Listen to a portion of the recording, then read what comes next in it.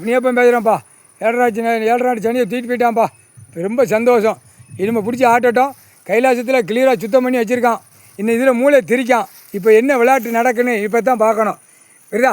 இப்போ எல்லாமே கோர்ட்டில் என்னடா கேஸு விசாரணை வந்துட்டு இவன் என்ன இந்த சேட்டை பண்ணுதாங்க. இப்போ அந்த கொலைப்படி இப்போ வெளியில் ஏழரை சனி போய் கொலைப்படி பண்ணுவான். கொலைப்படியில் விடுவான். இந்த காப்பு கட்டினவன் இன்னுமே தொலைஞ்சான். காப்பு கட்டினவன் ஐடியா, புறக்கிற ஐடியா, உட்காந்து பத்திரம் போட்டவன் ஐடியா, எல்லா ஐடியாவும் இப்போ இன்றைக்கி பூரா சனியை கொண்டு போயிட்டாங்க. இல்லை காப்பு கட்டின இடம் முட்டா குய்மனை தாப்பனமான ஏமாத்திர குய்மனுங்க முட்டா குய்மை. இல்லை உனக்கு சனி ஏழரை சனி. சனியில் ஏழரை சனி என்ன செய்யுமாடா? ஆஸ்பத்திரியில் கொண்டு போய் படுக்க போட்டு அறுக்க போட்டு உருட்டி எடுக்கிறத இந்த வேலை அவனுக்கு. கடவுள் கணக்கு கொடு. வெளில போயில கடவுளே கணக்கு கொடுத்துட்டான் ஈஸ்வரன்.